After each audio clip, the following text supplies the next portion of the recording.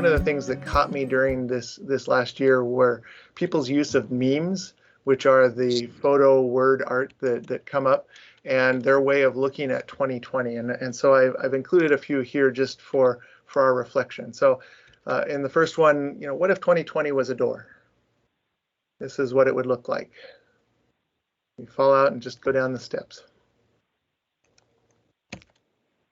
What if 2020 was a slide?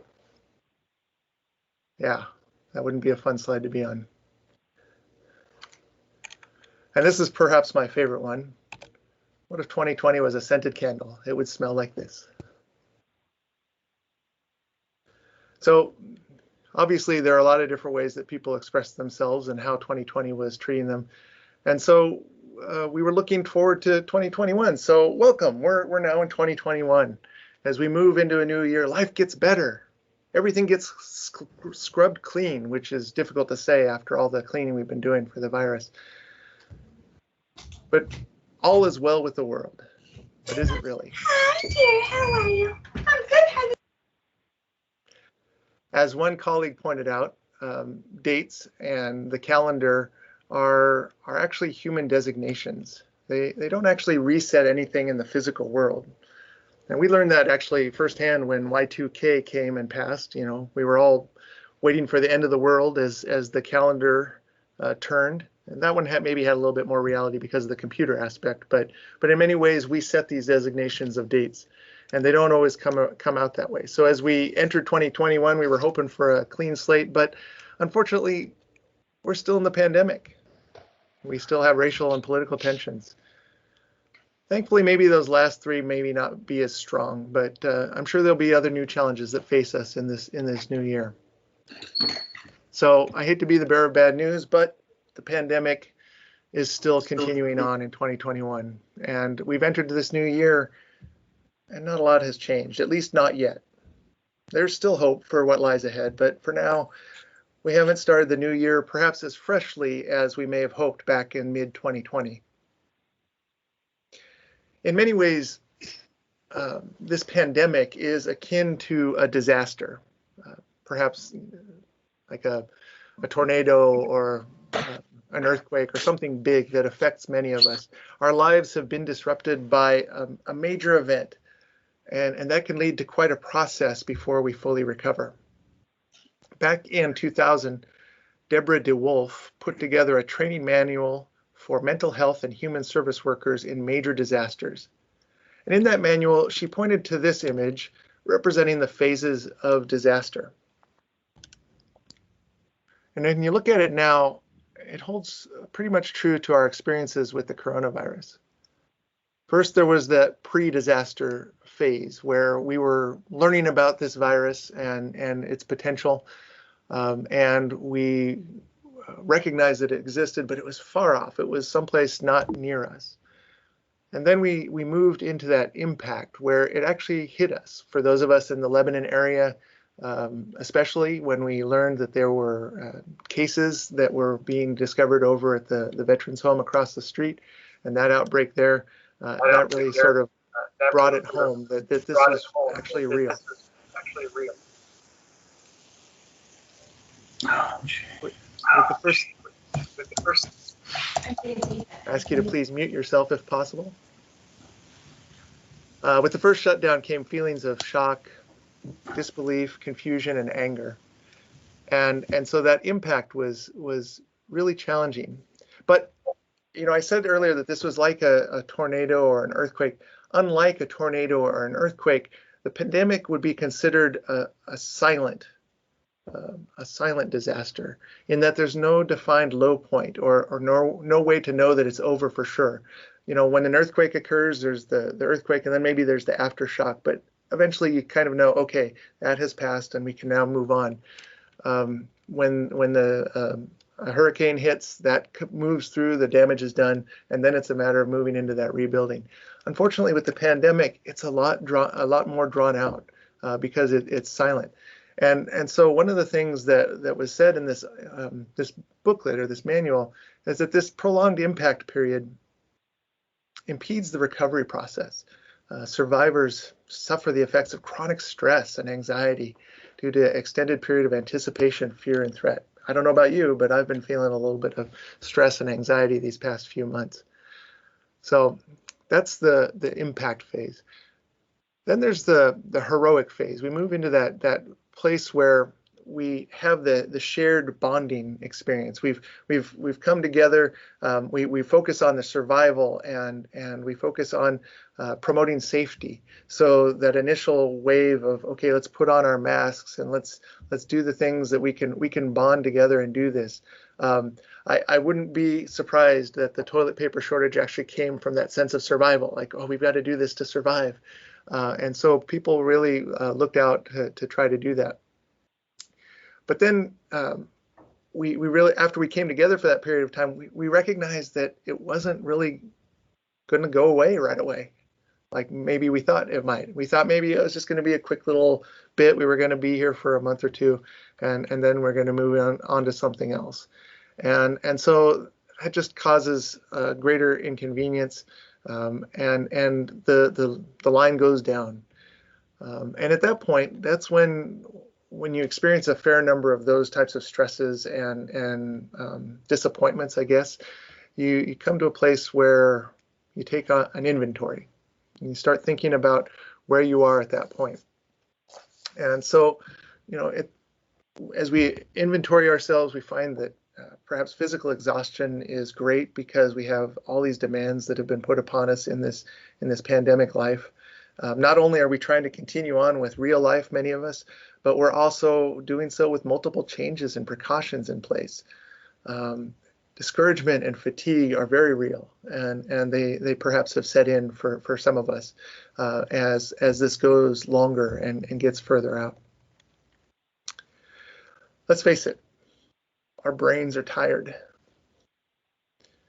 As psychologist Dana Lee Bagley described, she was working, or she put out a premise that pandemic brain is real, and she looked at two primary areas of our brains. The caveman and the battery. And so the caveman brain is the midbrain, that area that modulates survival. It's our fight or flight sense. It gives us our response to things. And it was intended only for short-term use, to look for that threat, that bear attack, and then to be able to turn it off and, okay, everything's good again. What she said is that this pandemic has required us to use this excessively, and it has really taxed our caveman brain because we are constantly scanning for the threat of the virus. You have to be careful what you touch, who you're around, all those things. It's a constant scan. And then also the prefrontal cortex, or what she called the battery, which moderates our behavior.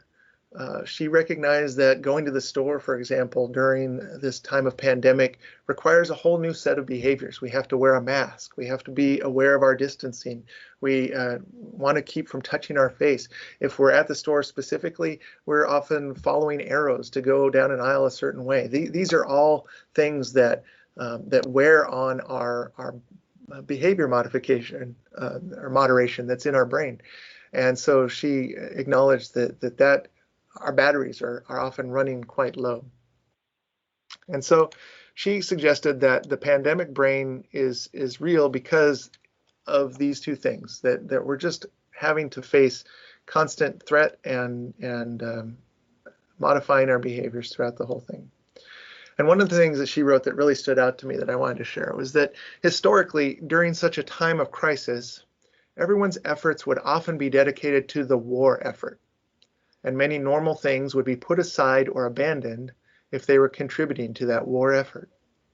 Now, this would help to manage the overall stress level because numerous expectations would be eliminated. However, in the current situation, we haven't adjusted our workloads or expectations appropriately.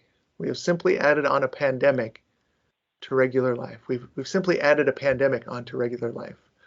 And that last line really struck me, that there may be some of us who are definitely dealing with changes because of the pandemic, and it's not regular life in any way, but in a lot of ways, we've tried to continue on in this regular life, and now we're almost a year out, and we've added the pandemic to doing things as normal as possible, and that just really has put a lot of strain on our brains and on ourselves. So going back to our diagram, it's during this downward slope that we just experience this pandemic brain, that we are really stressed and fatigued.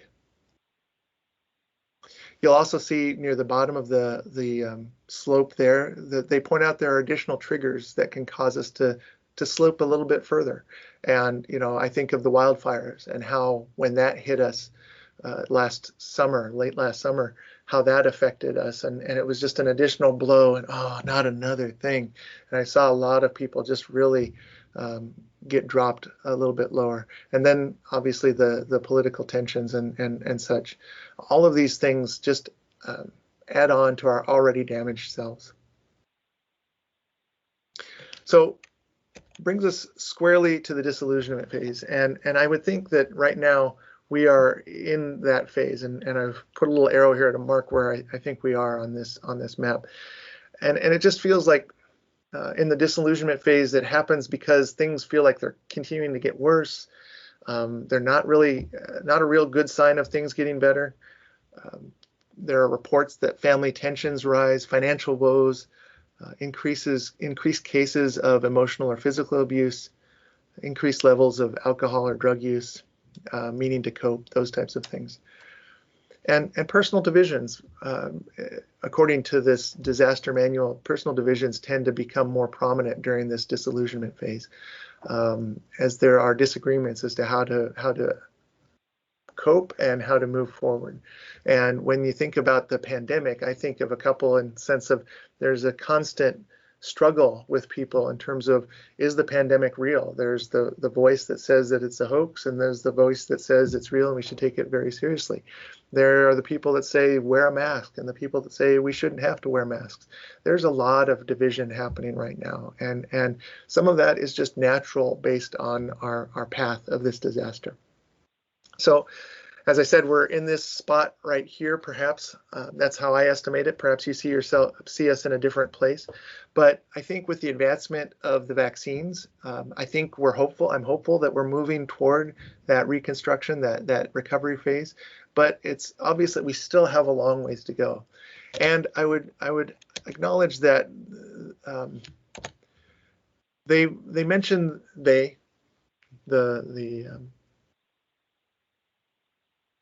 infectious disease folks mentioned that the post-holiday, there might be another dip as we see a rise in numbers as people maybe gathered during the holiday time.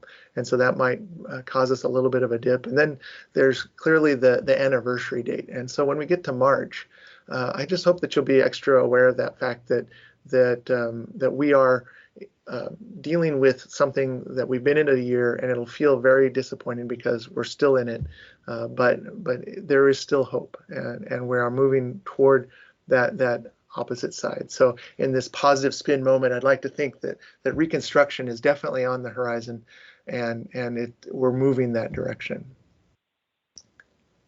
So having looked at all that, as we move into 2021, what can we do to make sure that we survive these last few feet, miles, however long it is, until we reach reconstruction?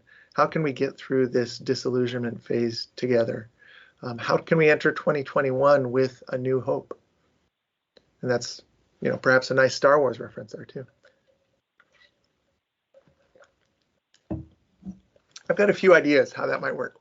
And so perhaps these might give you the strength to move forward in this journey. Maybe not.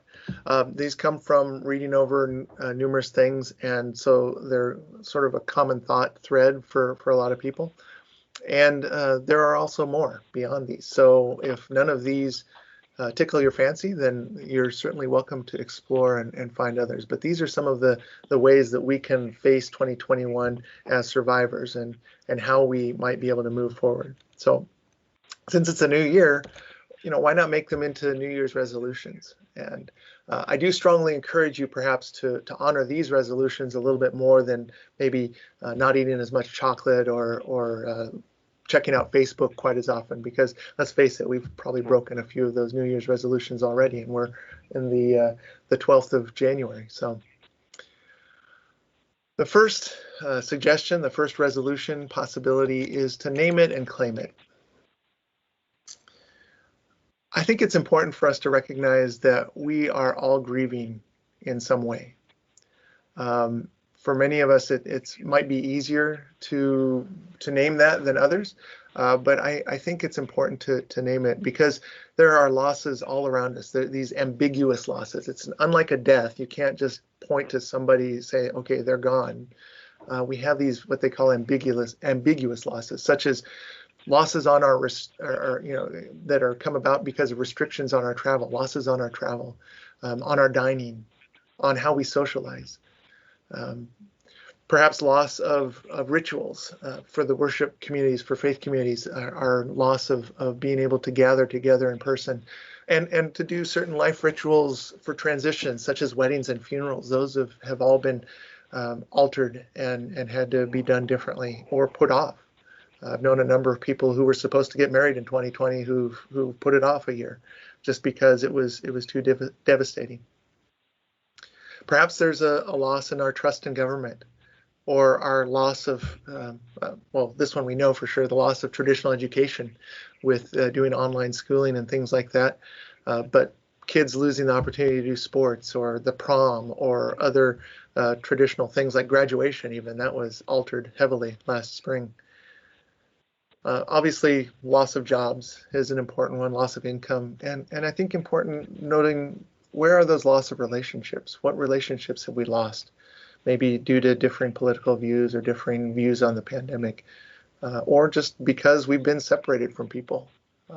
There are losses here. So, and of course, I think just to throw in a little bit of humor, the loss of free access to toilet paper. We need to have access to toilet paper.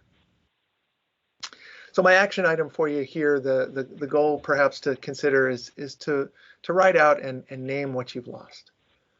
And a lot of times it can be easy. I fall victim of this. Easy to just say, oh, I'll think it through. I'll process it mentally. But there's something about putting it onto paper. And so if you can take the time to put it onto paper or type it into your computer, whatever, to just actually take some time and reflect on the losses that you've experienced, because it could be different for each and every one of us. It's true that we all grieve differently. We all suffer different types of losses. And I think being able to acknowledge that. So for you, write down what you've lost. And then in addition, the benefit of writing is that you can also then reflect on your strengths and your coping skills. What have you done that have helped you to get through difficult times before, and what have you used during these times to be able to get through these difficult times? And as you see on this slide, I will definitely give credit to Kirsten Weir for this. She was the one who put this one all together, and so this was a great idea, I thought. The next resolution to consider is to take it for what it is. I think I spend a lot of time visiting with people in the hospital, and there's a way that we get caught up looking to the past and wishing that things had been different. And in this last year, I'm sure a lot of us are looking to what 2020 was and wishing that things had been different. In addition, we can also spend a lot of time looking forward and worrying about the future, things that are not yet happening. Things that may happen. And so we may find ourselves fretting about and finding anxiety in that future thinking. So the problem with this, looking backward and looking forward, is that both approaches can create a sense of pain and anxiety. Things that are unfulfilled, things that we wish we would have done, all these things can cause us additional stress that we really don't need during a time of a pandemic. And they also doing these things also overlooks the now. It doesn't allow us to enjoy where we are right now. So the resolution for this particular one is to practice mindfulness, to be here now. Some ideas for that is to focus on your breathing. If you find yourself being quite anxious, quite caught up in what's going to happen in the future, or really looking back in the past year and regretting or feeling cheated out of a lot of things, perhaps stop stop your brain from going there and really say, okay, I'm going to take a few deep breaths and just focus on breathing in and out. That mindfulness can also be done with walking. Being able to walk intentionally, feel your feet on the ground, feel the movement of your toes and your foot as it is in the shoe or as it's barefoot, whatever. Feel the carpet on your foot. And then definitely focus on what you're seeing. That's a way of being mindful. Notice the flowers that you walk next to. As we move into the spring, we're going to start seeing things budding again and flowers and trees coming to life again. Notice those little buds. Pay attention to those things, and that will help you to be more in the now rather than worrying about those other things that go before us or come behind us.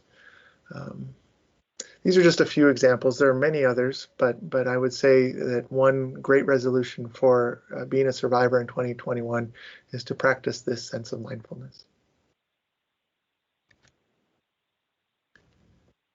The third resolution, the third option, is to consider both and thinking. And I think this is important because it's really easy to get caught up thinking that everything is really bad and that things are so challenging or depressing. And I don't blame you. I don't blame you if you're in that spot at all. I mean, it is a difficult time that we've been in. But I think it's also important to recognize that it can also be good. There can be good during the bad. And so instead of being either good or bad, why not be both good and bad? And so this is a way of being able to identify that. And granted, mindfulness is a way of being able to do that because it allows you, if you notice that flower that's growing next to the sidewalk, it allows you to be aware of the beauty in the now, even amidst the pain of the now. And so this is a kind of a weird exercise, but I was trying to figure out how do you do both and thinking as an action. And I thought, what if you flip a coin a bunch of times? Because with each flip of the coin, you recognize that a different side could come up, and it sort of helps enhance that both and. If you even went so far as to attribute the heads of the coin to be positive things, every time a head came up on a flip, you could think about the good things, the positive things that are happening for you right now. And with every time the tail came up, you could think of the negative things that are happening right now. You could actually put some application to the head and the tail of the coin. But ultimately, when you're flipping the coin multiple times, I know that sometimes you get into a streak where tails comes up constantly. It feels like it's just going to always be tails. Eventually, though, a head is going to come up again. And so it might give you that perspective to remind you that it can be both and it's not always and will not forever be one or the other.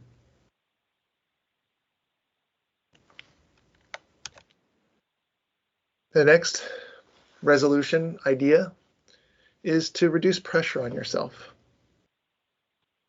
Do you expect to be functioning normally during this time? Do you spend because we've been nearly a year in the pandemic, do you feel like you need to have yourself together and be totally whole and right? Maybe you're putting a little extra pressure on yourself by doing those things. As the psychologist said, maybe you've simply added a pandemic to your regular life. And as she pointed out, our brains aren't intended to handle that. So I think being able to identify, maybe take some of that pressure off ourselves. And so the action item that I saw for this particular one is to schedule in a break from the pandemic. It could be that I've done this in my personal life outside of pandemic life as a way of sort of designating my personal time because in the church setting, especially before I was a chaplain, there are a lot of demands on time, and people want to have you over for dinner, or they want to have you come meet or visit, or there's hospital visits, various things to do. And it was really important to be able to say, I want to set aside time for myself, for my family, those types of things. And so I actually got to a practice of scheduling in, writing it into my calendar, because then it was scheduled. And so this is a vision of doing something similar for yourself. Go to your schedule, to your calendar, and write in a time to take a break from the pandemic. Now, maybe that's an overnight trip someplace where you can be safe, obviously, and physically distant, but some way to getting away. Maybe it's a way of scheduling a drive through the forest, the mountains, or driving over to the beach and looking at the ocean for a little while. Maybe it's scheduling in a time to play a game or put a puzzle together with your kids or your family. Whatever it is, give yourself a rest from the pandemic, from that expectation that you have to have everything together. Even if you had to schedule in a time, this is a little unorthodox, but schedule in a time to cry. If you need a time to break down, you need a time to acknowledge this really stinks, and I really would like to have things be better, and you need a few moments to do that, put that into your calendar and give yourself that break, because that's going to give you a lot of ability to both to express those things, to do those things, and to recognize that life is continuing to go on. This is not an intent to deny what is happening, but a way to be able to break things up. A couple more left here. One more idea for a resolution is to reestablish connections. In a lot of the different things that I read, many of the folks were stressing and highlighting how social connections are so important. And I've experienced that myself, how it has been so difficult when people are isolated, when they're alone, when they're not able to have the visitors that they would normally have. And so I think being able to identify and recognize that we need these social connections. And I can't lay claim to it, but I did start using the phrase early on, physical distancing rather than social distancing, because of that fact. To recognize that, yes, we might need to be physically distant for our safety, but we do not need to be socially distant.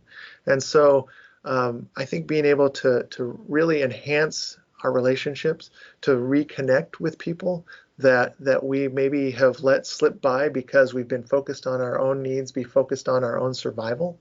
I think that actually can be a way of enhancing our survival, is by making those connections. And so the action item in this particular one is to contact someone that you haven't contacted since before the virus hit. Many of us perhaps are staying connected with family and people very close to us. And that's part of why I thought, let's expand it and reach out to that area of who you might not have talked to since before the pandemic. And think about somebody along those lines, and then reach out to them and make contact, whether it's by phone or by video chat or something along those lines. And I personally, I'm a fan of talking directly rather than an email. So you certainly could connect by email or by text, but I would advocate for connecting in such a way that you get to see them or hear their voice, because I think there's some importance in that social connection piece. Recognize that by doing so, by contacting this person, you're not only helping yourself because you're making that connection, but you may actually be helping them immensely. Maybe you're the first person who's reached out to them in a long time. Maybe you're giving a gift to them. And in some ways, it's being a generous soul, a generous person to both to yourself, to make that time to connect with somebody, as well as to reach out and to connect with them. It's a generous act, because you're taking time out of your busyness, out of your normal life during the pandemic to make that connection. And there are studies that have proven that generosity in whatever form are beneficial. And so this is one aspect of generosity. Certainly being generous and giving to the food bank or doing other types of acts of generosity can be similarly enhancing, but this is just one.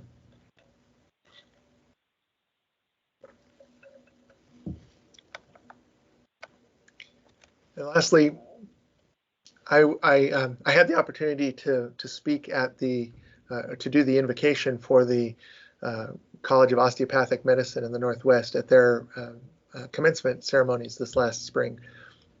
And one of the things that I talked about there, that again, I don't lay claim to, I heard other people say this first, but I just sort of enhanced, was looking at the fact that we're looking for, we can look toward a new extraordinary. Rather than, a lot of us are thinking, oh, if only things would return to normal. You know, we have over time idealized the past. We have made things to the point where they're the good old days if they were in the past. And I hate to tell you, the normal life is now in the past. And so we may have idealized what that normal is. And so rather than envisioning going back to something that we have been or done, why not aim for a new extraordinary? Why not look to something new? It'll give us an opportunity to shape our future, to contribute to how things are going to be in the future. And so the action item for this particular resolution is to think of what have you taken on during this pandemic, what new have you experienced that you want to keep, that you want to continue going forward. I can tell you right now that for us in Samaritan, I know that a lot of folks have acknowledged that this Teams platform has been very helpful so that we're not having to drive all over the valley to go to different meetings and things like that. And so I can imagine that the use of Teams, the use of Zoom, whatever, is probably one of those things that we're all going to take forward into our new extraordinary. But maybe there are other things too. Maybe you've tried a new food because you've had to. Because things have been closed, or you tried a new recipe that will now become a part of your new extraordinary. Maybe you've taken on a new action or exercise to try to fight against being too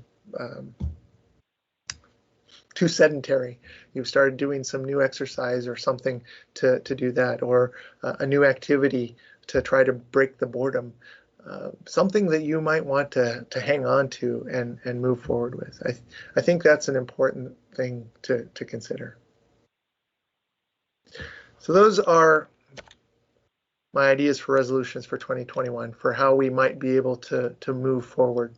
And so just to summarize them and to put them into full resolution form, I will write out what I lost in 2020. I will acknowledge those losses, and I will also acknowledge my own coping and my ability to get through difficult times, how I've been able to handle these challenges. I will practice mindfulness so that I can be fully present to the now, to be here, to be able to engage in the beauty that is before me in the midst of the suffering and the difficulty. I will schedule for myself a pandemic break. I will put aside this pandemic for a period of time and take a break. I will flip a coin to remember the good amidst the bad, to remind me that both sides, both are possible at the same time. I will contact someone that I haven't talked to during COVID, to reach out to them, to help them, but also to help myself, to have that interaction enhance me. And I will identify something that I've taken on that I wish to keep. Hopefully these sound like interesting resolutions for you, something that you can take with you, whether it's one or two or all of them, or like I said, there are plenty others out there that you can consider to be survivors as we go into 2021 in the midst of a pandemic. But I think the important thing to look at again is that even though we may be down in the pit right now, the reconstruction, the new beginning is on the horizon. It is there. It is something that we have to look forward to, and is something in which we can put our hope. And in this manual, they had a very poignant piece, and I think it's important that when it comes to the rebuilding phase, when people come to see meaning, personal growth, and opportunity from their disaster experience, despite their losses and pain, they are well on the road to recovery. So I think I've tried to put these resolutions in such a way that they can be a way for us to find meaning and personal growth during this time, to be able to help move us toward recovery, and that we can have that transition, especially if we work toward it together. Maybe it'll come a little bit sooner than later. So it's 2021. Here's to a happy new year, or as I actually took on last week, as I wrote to somebody an email, I'm like, I like that. I'm going to start using that. Here's to a hopeful new year. So a hopeful new year to you all. And that's the end of my official presentation. I will quit screen sharing and now join you as a human being face-to-face on Teams.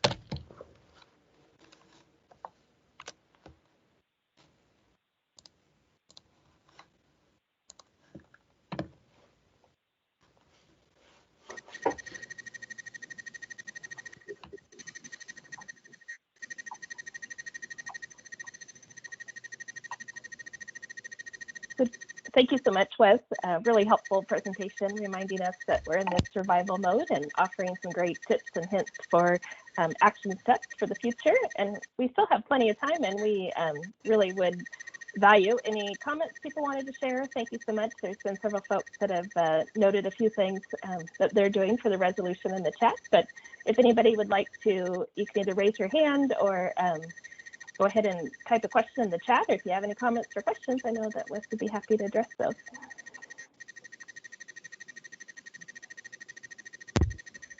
Ursula, I see your hand raised. Why don't you go ahead and unmute and ask or speak, please? Hi, Wes. That was terrific. I really appreciate it. Just something that's come in my mind using that word survivor.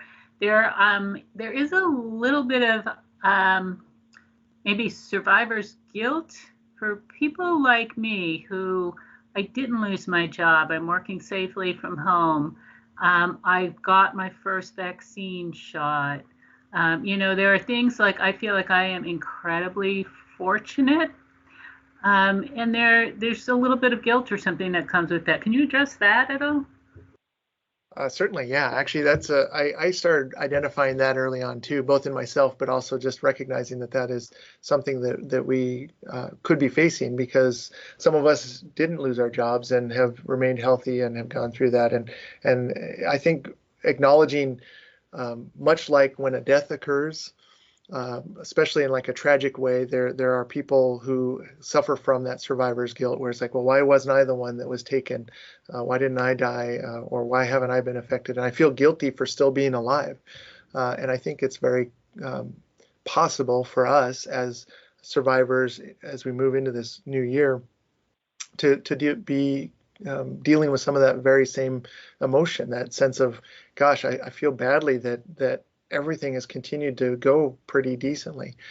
I don't know that there's a real way to address it other than to name it, and then also to be aware of those who are obviously still suffering, and to not flaunt it, but to figure out how we, in our place of survivorship, can still reach out and to be of assistance or support for those who are really dealing with some difficulties.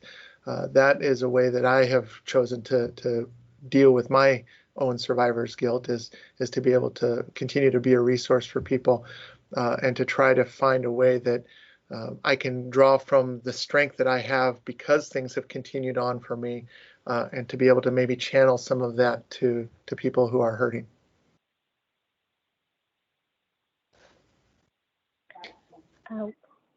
Wonderful, Owen? Wes, and I see it. Oh, Oops, sorry. Go ahead. Oh, I was just going to say, I saw a question in the chat about from Ben asking about what role does gratitude play in coping and being hopeful? I think that's a great piece, and I admit that I almost intentionally left that one out, which seems weird. You know, you're probably like, well, you're a chaplain, why aren't you addressing gratitude? But it feels like that's what a lot of people have focused on, and I think that's very important. And so I don't want to minimize it. I definitely think having a sense of gratitude and acting out of that gratitude can be really important for coping. It is one of those things that, you know, I actually, for a while I was using, there's a program out there called 3 Good Things, and it is a way of being able to sort of look at your day and what are 3 good things that have happened today. There are people who've talked about and have kept gratitude journals, a way of being able to sort of reflect on their day and to find a way to give thanks. So I definitely encourage that and invite that as an additional idea to use. I hope that by my omitting it, it doesn't minimize it by any means. It's just one that I felt like a lot of other people had talked about, so I didn't really incorporate that.